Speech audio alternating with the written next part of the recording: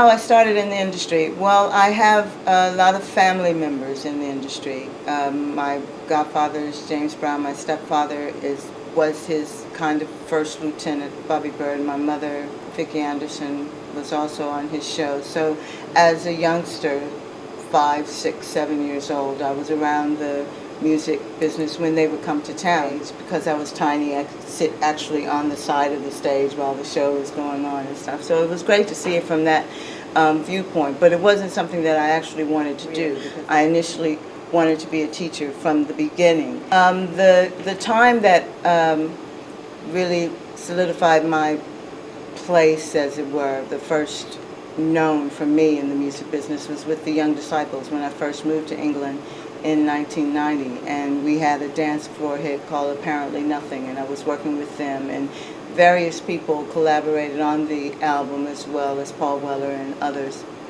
The highest point for me personally and professionally is when my godfather James Brown called me out on stage when he played at the Royal Albert Hall back in 2003. He calls me out, he has me sing Sex Machine. Of all songs, he has me sing Sex Machine. And he was so supportive the whole time I'm singing. He was right there. I had my eyes closed because I was too petrified. But when I opened my eyes, he was right in front of me, just egging me on. So for me, beyond any kind of chart positions or anything else I could do, you never think you're going to be on stage with James Brown anyway. So, that was the highest bit for me. Well, I'm always amazed when various collaborations come about or when people approach me to work with them, because I never think of it on that level. I'm just getting from day to day. It always has been. As this wasn't a career, even though my family was in it, it wasn't something that I saw as a career. Recently, I've been very, very fortunate to work with a great deal of people, many from all over the world, but primarily UK artists. I've worked with Courtney Pine, and in the past couple of weeks I've worked with Paul Weller and Guy Barker and Jamie Cullum and Melody Gardot, and early days it was Brian Ferry. My initial time was Johnny Winter with Edgar Winter's brothers, John Dankworth and Cleo Lane. And Cleo Lane actually was the reason why I got these Ronnie Scott's gigs, where I'm doing Ronnie Scott's Jazz All-Stars shows with them, because she was so taken with my singing. And from Cleo Lane, that's like a huge big deal, because I was like this. I couldn't even talk in front of her. So I've been very fortunate to play with a lot of people.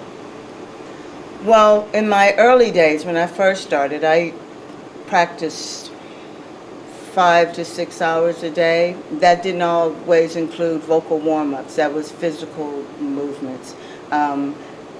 Being able to have big sighs to go from my gut all the way to the top of my head, and just opening myself up and doing a lot of different vocal exercises. I generally pick vocal exercises from anything, from classical music, jazz music, anything that I find where there's a piece of music that's really difficult for me to do. That's what I'm going to pick as a vocal exercise to do in every different key.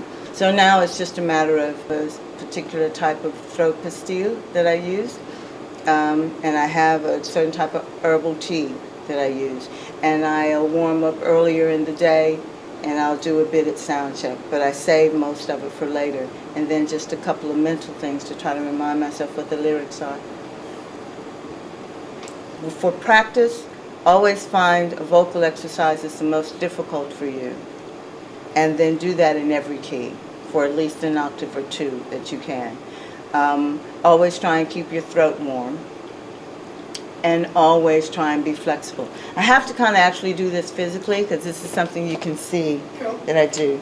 And the kids do kind of laugh at me. The students tend to laugh at me when I do it, but I find it helpful. So maybe if I get here. But it's a thing like you're going,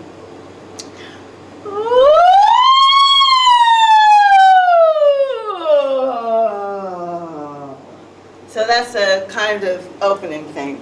Because when you're loosening up your body and you're trying to make sure that everything is open, the tendency is when you get ready to go on, you're so scared and so frantic, everything starts to close up.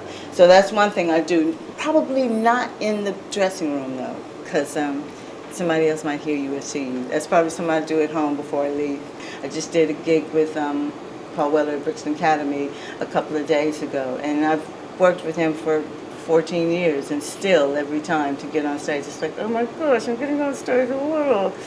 So it's always frightening, but I think it's good for any musician, any entertainer at all. I saw a performance with Sammy Davis Jr., who said that the day that he would go out on stage and he wasn't nervous anymore, he knew it was time for him to stop.